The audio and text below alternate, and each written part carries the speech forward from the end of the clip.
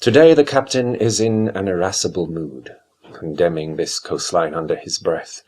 Naked rocks, milk-white barren sand, ground covered with a deadly green herbage, hissing to himself. But it is he who goes below decks, slicing withered limes, handing them to scurvied men whose gums are dark with sores.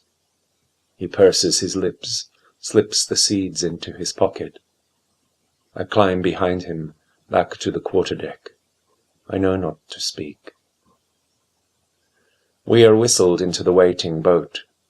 Vancouver sits in the stern, terse, observing. At our landing the ground is burnt. Black macaws float past like ashes. Regrowth bursts from charred stumps. We follow paths left by men, but see none. In a clearing there are huts, a campfire, embers slightly warm. He turns, catches my eye, nods.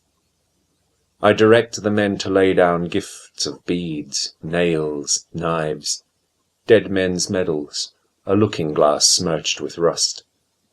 He probes a fish skeleton on a stone with the toe of his boot, sniffs, lets his mouth form a thin line of contempt, and his eyes tell us to be getting on.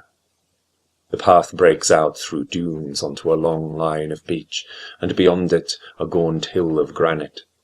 We sweat up it, start a cairn, raise the jack.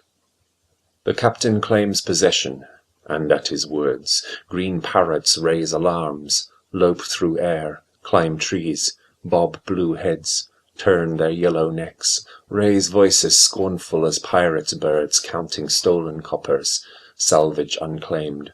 28, 28. The captain sighs and spits, slips his fingers in his pockets, spends the evening planting limes.